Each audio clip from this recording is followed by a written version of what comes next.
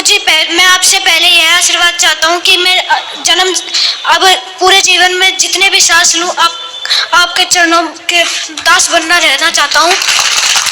ऐसा आशीर्वाद दीजिए कि मैं पढ़ लिख के अफसर बनूं। खुश रहो, भगवान सुखी रखें आपको। स्वागत है आप सभी भक्तों का आज की मंगलमयी प्रश्नोत्तरी में।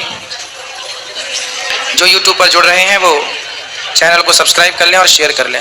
राधे राधे दोस्तों, स्वागत है आपका हमारे YouTube चैनल उषा भक्ति मार्ग में। तो बात करेंगे हम आज ऐसे छोटे से बच्चे की जो कि पंडाल में आता है। वो कहता है, गुरुजी, जब महाभारत का युद्ध कौरव और पांडवों के बीच में हुआ था तो गांधारी माता ने भगवान कृष्ण को श्राप क्यों दिया। आइए दोस्तों देखते हैं आज का वीडियो। आज का वीडियो बीच में छोड़ के ना जाइएगा, बहुत ही ज्ञानवर्धक होने वाला है। दोस्तों बने रहिए हमारे साथ इस वीडियो के अंत तक। जी बेटा बोलो। नमस्कार गुरुजी, मैं आपसे पहले यह आशीर्वाद चाहता हूँ कि मैं जन्म अब पूरे जीवन में जितने भी सांस लूँ आपके चरणों के दास बनना रहना चाहता हूँ। ऐसा आशीर्वाद दीजिए कि मैं पढ़ लिख के अफसर बनूं। खुश रहो, भगवान सुखी रखें आपको। आप प्रश्न है, बोलो बेटा। आप श्री कृष्ण के भक्त हो तो उसके रिलेटेड मैं आपसे यह प्रश्न पूछना चाहता हूँ कि जब पांडवों और कौरवों का युद्ध समाप्त हुआ, जब गांधारी माता ने जब कृष्ण भगवान को श्राप क्यों दिया। क्योंकि गांधारी माँ का आरोप था भगवान पर कि आप चाहते तो महाभारत का युद्ध रुक सकता था, जबकि भगवान शांति दूत बनकर गए थे समझाने। हाँ। अब भगवान तो समझाना चाहते थे पांडवों को, कौरवों को, पर वो समझे नहीं। होता क्या है ना कि व्यक्ति अपनी गलती स्वीकार नहीं करता। हाँ। ऐसे गांधारी माँ ने भी अपनी गलती स्वीकार नहीं की अपने बच्चों की कि मेरे बच्चे गलत हैं। हाँ। ऊपर भगवान को श्राप दे दिया कि आप चाहते तो महाभारत ना होता, मेरे बच्चों का सर्वनाश ना होता। जाओ, जैसे मेरे बच्चों का सर्वनाश मेरे सामने हो गया, ऐसे तुम्हारा भी, तुम्हारा वंश परिवार तुम्हारा आपस में लड़के तुम्हारे सामने मर जाएगा। अब जबकि गलती से भगवान की क्या थी, भगवान तो शांति दूत बन के गए थे। हाँ। अब इससे समझ में बात ये आई कि व्यक्ति अपनी कमियां नहीं देखता, अपने को ठीक नहीं करता, वो सामने वाले को आरोप लगाता है आपके कारण। वो खुद नहीं देखता कि गांधारी ने पट्टी हटाई दुर्योधन के लिए कि कल कपड़े उतार के आ जाना, मैं तुझे देखूंगी तू वज्र का हो जाएगा। लेकिन उन्होंने द्रौपदी की लाज जब लुट रही थी तब पट्टी नहीं हटाई, 2 थप्पड़ तब नहीं जमाया। यदि गांधारी माँ ने दुर्योधन को 2 थप्पड़ तब मारा होता, आंखों की पट्टी तब उतारी होती द्रौपदी के लिए, उतारी किसके लिए, उस दुर्योधन के लिए। तो इससे पूरा ये समझ में आया कि गलती गांधारी की थी, सही वक्त पर पट्टी नहीं उतारा और श्राप भगवान को दे दिया। अब चूंकि भगवान माँ का सम्मान करते हैं, चलो भैया आप दे रही हो श्राप, स्वीकार कर लिया, जबकि गलती भगवान की बिल्कुल भी नहीं थी, फ्री में श्राप दे दिया। और भगवान तो भगवान है, श्राप को भी ले ठीक है, आपका प्रश्न बिल्कुल सही है, आपका उत्तर बिल्कुल सही है। मेरा दूसरा प्रश्न यह है कि उन श्री कृष्ण ने केवल गुरु माता के पुत्र को ही क्यों जीवित किया, जबकि उत्तरा माता ने यह कहा था कि वो अनिरुद्ध थे, वो मर गए थे, क्योंकि जबकि उन्हें छल से मारा गया था। 7 कौरवों ने मिलकर उन्हें मारा था, अभिमन्यु को। हाँ, अभिमन्यु को, माफ करिएगा भूल गया था। जबकि क्योंकि वो दुर्योधन अपने पुत्र लक्ष्मण का प्रतिशोध के लिए उसने अभिमन्यु की छल से हत्या की थी, तो उत्तरा के कहने पर अभिमन्यु को जीवित कराने के लिए श्री कृष्ण ने क्यों बात नहीं मानी, जबकि गुरु माता के पुत्र को ही क्यों जीवित किया। क्योंकि गुरु का मैटर अलग है, परिवार का मैटर अलग है। भगवान ने गुरु पुत्र को केवल इसलिए जीवित किया ताकि वो दुनिया को ये बता सकें कि मुझे सामान्य ग्वाला, सामान्य मनुष्य समझने की आप गलती ना करना।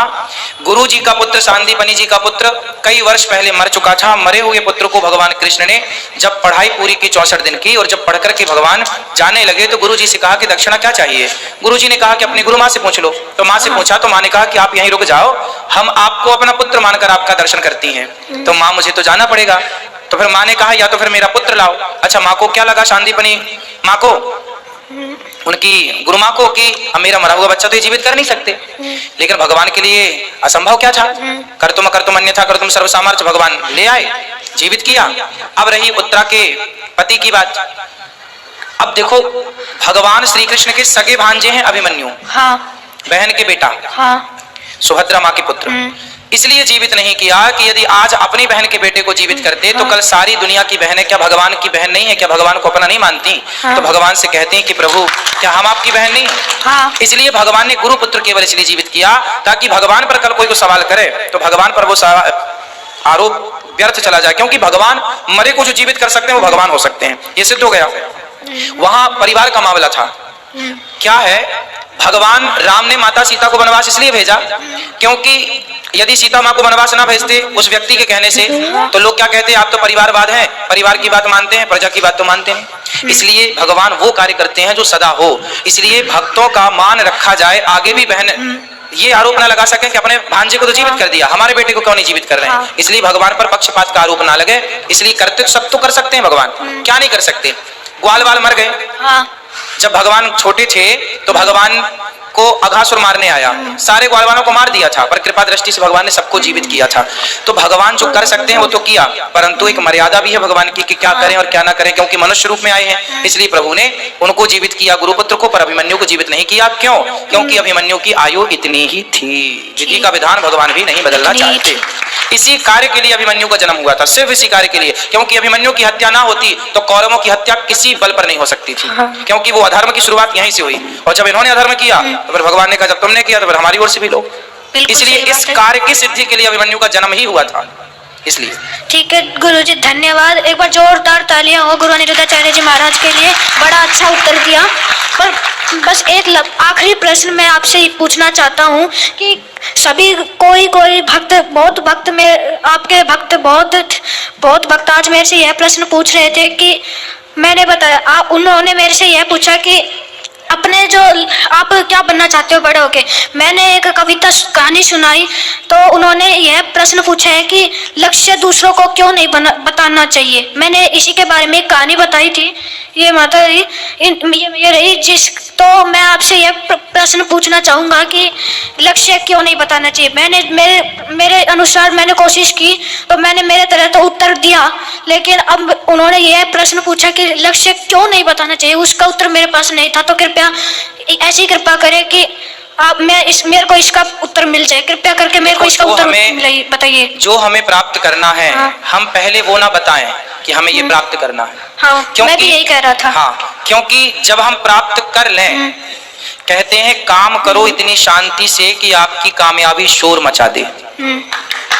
काम करो इतनी शांति से कि आपकी कामयाबी शोर मचा दे। तो इतनी शांति से काम करो कि आप क्या करते हैं। जैसे मोदी जी कोई निर्णय लेते हैं तो किसी को कानों कान खबर तक नहीं होती कि भाई क्या होने वाला था।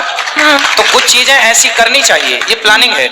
ये अच्छे लोगों की पहचान है कि वो अपनी बातें ओपन नहीं करते, पहले करते हैं फिर बता दे। क्या है, पहले करो फिर बताओ। पहले बताओ और ना कर पाए, ना हो पाए तो हमारी बात छोटी हो जाएगी।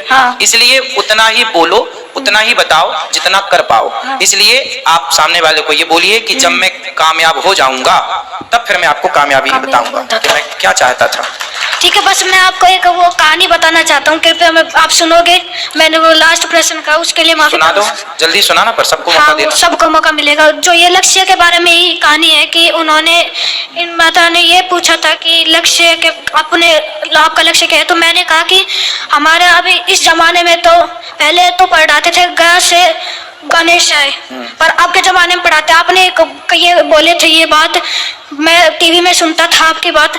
आपने बताया था कि पहले के जमाने में ग से गोविंद, ग से गणेश पढ़ाते थे, पर अब के जमाने में ग से गधा पढ़ाते हैं। आपने ये बताया था।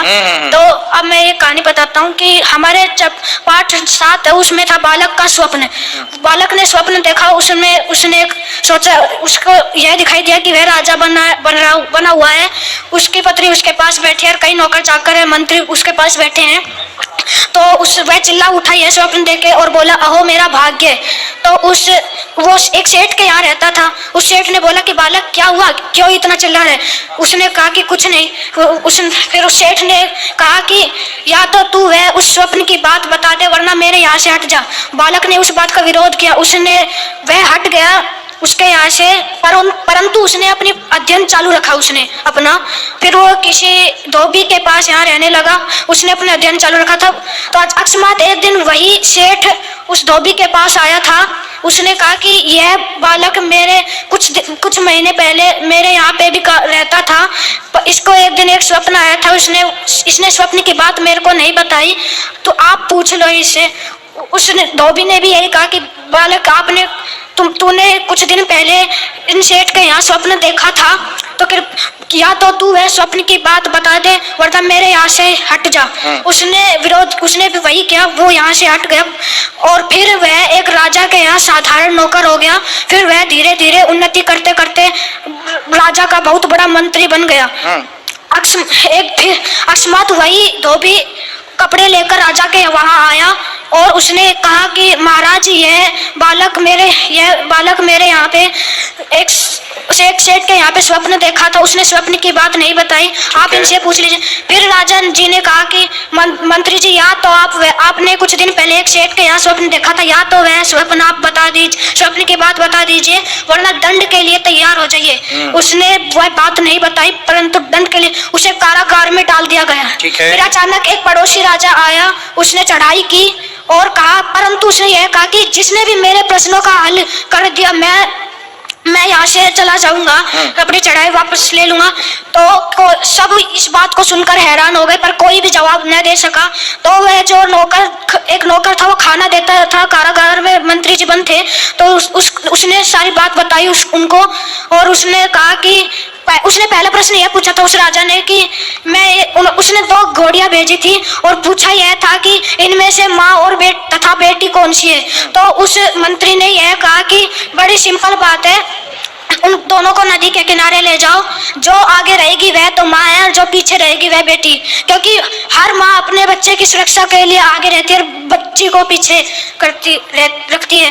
तो ऐसे इस प्रकार उसने सारे प्रश्नों का हल कर दिया और फिर कहा कि उस पड़ोसी राजा ने यह कहा कि जिस व्यक्ति ने मेरे सारे प्रश्नों के हल किए हैं मैं उससे अपनी कन्या का विवाह कराना चाहता हूँ।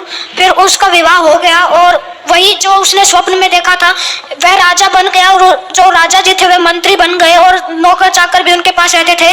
फिर उन्होंने वह बात बताई कि मैं आपको यह स्वप्न की बात इसलिए नहीं बताता था क्योंकि अगर मैं आपको स्वप्न की वह बात बता देता तो आप इसे पूरा नहीं होने देते, आप गांव में बात फैला देते, जिस कारण मैंने आपको ये स्वप्न की बात नहीं बताई। मैंने स्वप्न में यह देखा था कि मैं राजा बन गया, मेरी पत्नी मेरे पास बैठी थी और तथा मंत्री भी मेरे पास बैठे थे और कई नौकर चाकर भी काम करते थे। बस मेरी यह कहानी है। बहुत बहुत धन्यवाद गुरु अनिरुद्धाचार्य जी महाराज। इस कहानी का अर्थ ये निकला कि अपनी बातें गुप्त रखना चाहिए।